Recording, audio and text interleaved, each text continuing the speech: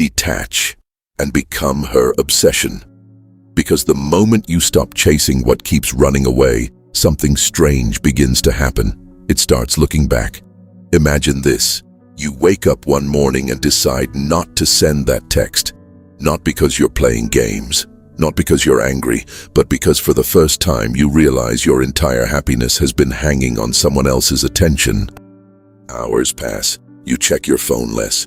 You stop analyzing every message. You stop wondering why she viewed your story but didn't reply. And in that silence, something unexpected happens. You begin to feel yourself again. Most men believe attraction is created by giving more attention, more effort, more reassurance. They think if they care enough, sacrifice enough, prove themselves enough, they will finally become unforgettable. But human psychology often works in the opposite direction. What is constantly available is rarely valued. What stands firmly on its own becomes magnetic. This is not about manipulation. It is not about pretending not to care. It is about becoming so deeply connected to your own purpose, peace, and identity that your emotional center no longer depends on anyone else's approval. And here's the paradox. The less you desperately need her attention, the more attractive you become, because confidence has a scent, self-respect has a presence, and emotional independence creates a mystery that no amount of chasing can ever produce. Tonight, we're going to explore the hidden psychology behind detachment and why the people who stop seeking validation often become the ones impossible to forget. Part 1. The moment you stop chasing. The strongest person in the room is often the one who needs nothing from it.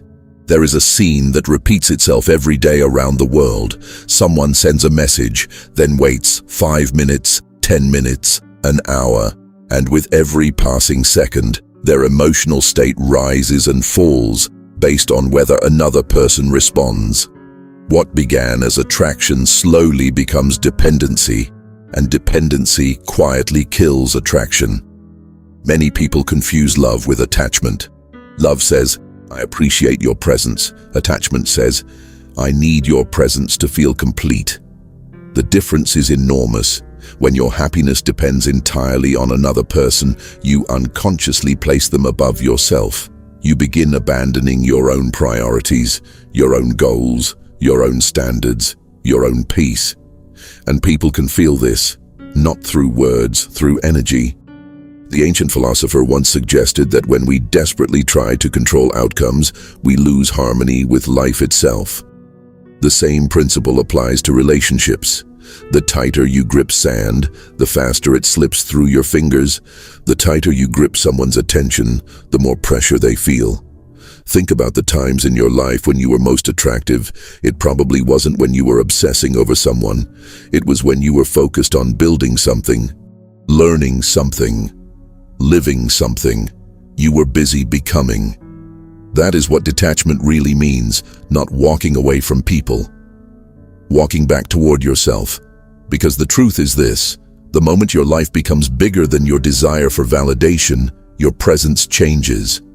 Your conversations change, your confidence changes, and for the first time, people stop feeling that you need them. Instead, they begin wondering why you seem so complete without them. That curiosity is where attraction begins. And in the next chapter, you'll discover why emotional scarcity creates more fascination than endless availability, and why mystery has always been one of the most powerful forces in human psychology.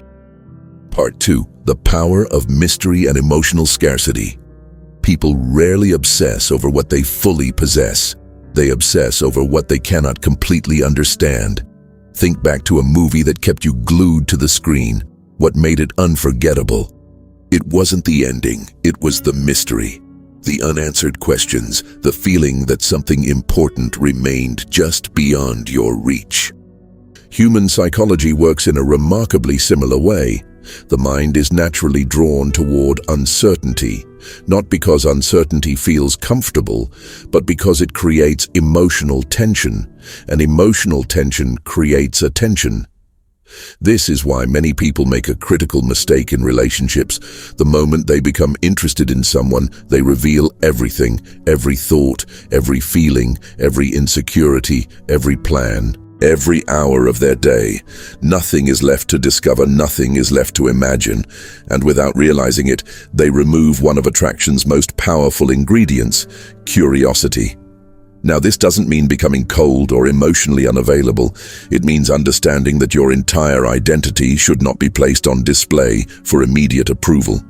Your life should have depth beyond the relationship, a private world, a mission, dreams that exist whether someone notices them or not. Consider the artist working late into the night, the entrepreneur building a vision, the athlete training before sunrise.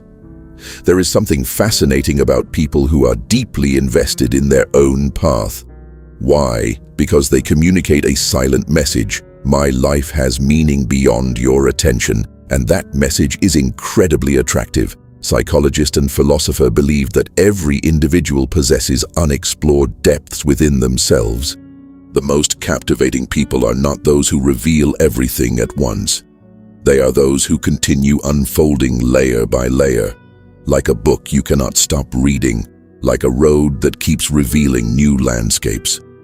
When you detach from the need to constantly prove your value, something interesting happens. You stop over-explaining, you stop seeking reassurance, you stop trying to convince people to stay, and suddenly your presence feels lighter, more authentic, more powerful, because true confidence does not announce itself, it simply exists. Imagine two men, one constantly seeks validation, the other quietly pursues his purpose while treating others with warmth and respect. Who creates more intrigue? Who seems more secure? Who appears more valuable? The answer is obvious. Not because one is playing games, but because one has built a life that does not revolve around being chosen, and that is where obsession often begins, not when someone sees your need, but when they sense your freedom, because freedom creates mystery, and mystery creates fascination. Yet there is an even deeper level to this journey, a level most people never reach, because detachment is not only about how others see you. It is about healing the emotional wounds that made you afraid of being alone in the first place. And in the next chapter, we will uncover the hidden fear that causes people to chase validation and how conquering it transforms your entire presence. Part 3. The fear of being alone and the birth of inner power. The greatest prison is not rejection. The greatest prison is believing you cannot be happy without someone else's presence. Most people are not chasing a person, they are chasing a feeling. The feeling of being wanted, the feeling of being important, the feeling that someone has chosen them, and when that feeling disappears, panic begins. Suddenly, every delayed reply feels personal. Every moment of distance feels threatening, every change in behavior feels like a sign of abandonment. But beneath all of this lies a deeper truth. The real fear was never losing her. The real fear was facing yourself. There is a reason. Silence feels uncomfortable for so many people. Silence removes distractions. It forces us to sit with our thoughts, our insecurities, our unresolved wounds, our unanswered questions. This is why many people jump from relationship to relationship, conversation to conversation, notification to notification. Not because they are searching for love, because they are running from loneliness. Yet loneliness and solitude are not the same thing. Loneliness says, I am missing something. Solitude says, I am discovering something. The philosopher once wrote that anyone who has a why to live can bear almost any how. In modern language, this means something simple. When your life is filled with purpose, rejection loses much of its power because your identity is no longer built on whether one person stays or leaves. Imagine a tree standing alone on a hill. Storms come, winds arrive, seasons change. Yet the tree remains rooted because its strength comes from beneath the surface, not from the weather around it. Human beings are no different. The strongest people are not those who never experience rejection. They are those who refuse to let rejection define them. This is where real detachment begins. Not by pretending not to care, but by realizing your worth existed long before anyone entered your life, and it will continue long after someone leaves it. When you genuinely understand this, your behavior changes naturally. You stop forcing conversations, you stop chasing attention, you stop negotiating for affection, you stop shrinking yourself to fit someone's expectations. Because you finally understand a powerful truth: you cannot lose what is truly meant for you by being authentic, and if authenticity drives someone away, they were never aligned with your path in the first place. Ironically, this mindset often creates the very attraction people were desperately trying to force, because emotional strength is rare, self-respect is rare, inner peace is rare, and rare things are valued. But there is one final lesson. The lesson that separates temporary attraction from lasting impact. Because becoming unforgettable is not about making someone think about you. It is about becoming the kind of person who cannot forget themselves. And that is where our final chapter begins. Part 4. Become the prize, the ultimate secret of detachment. The moment you stop asking, "How do I make her obsessed with me?" is the moment you become truly attractive. There is a strange irony hidden within human nature. The people who are most obsessed with being chosen often struggle to attract genuine desire, and the people who are deeply committed to their own growth, purpose, and self-respect often become the ones others cannot stop thinking about. Why? Because attraction follows value, and value begins with the way you value yourself. Imagine walking into an auction where an object is being sold. If the owner constantly begs people to take it, its perceived worth drops immediately. But when something is rare, respected, and treated as valuable, people naturally become curious about it. Human beings operate in a surprisingly similar way. When you constantly seek validation, you communicate scarcity. When you constantly prove yourself, you communicate doubt. When you constantly chase approval, you communicate uncertainty. But when you respect yourself, invest in yourself, and build a meaningful life, you communicate abundance, and abundance is magnetic.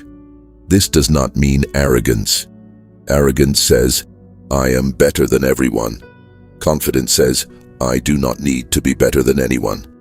There is a profound difference. One is insecurity wearing a mask. The other is genuine inner strength. The Roman emperor and philosopher wrote, "Waste no more time arguing about what a good man should be one." The wisdom of that statement reaches far beyond philosophy. Many people spend years trying to appear attractive. Very few spend years becoming attractive. The first path focuses on image. The second path focuses on character. Image may capture attention. Character captures respect. And respect is the foundation of lasting attraction. Ask yourself, what happens if she never returns? What happens if she never sends that message? What happens if she chooses someone else? If those questions destroy your peace, then your peace was never truly yours. It was borrowed. Real power begins when your happiness no longer depends on outcomes you cannot control, because the truth is this: you can control your habits, your discipline, your purpose, your mindset, your standards, but you cannot control another person's feelings. The more you accept this reality, the more freedom you gain, and freedom changes everything. You become calmer, more present, more confident, more authentic. You stop performing, you start living. And ironically, that is often when people become fascinated by you. Not because you tried to create obsession, but because you stopped making your life revolve around someone else's attention.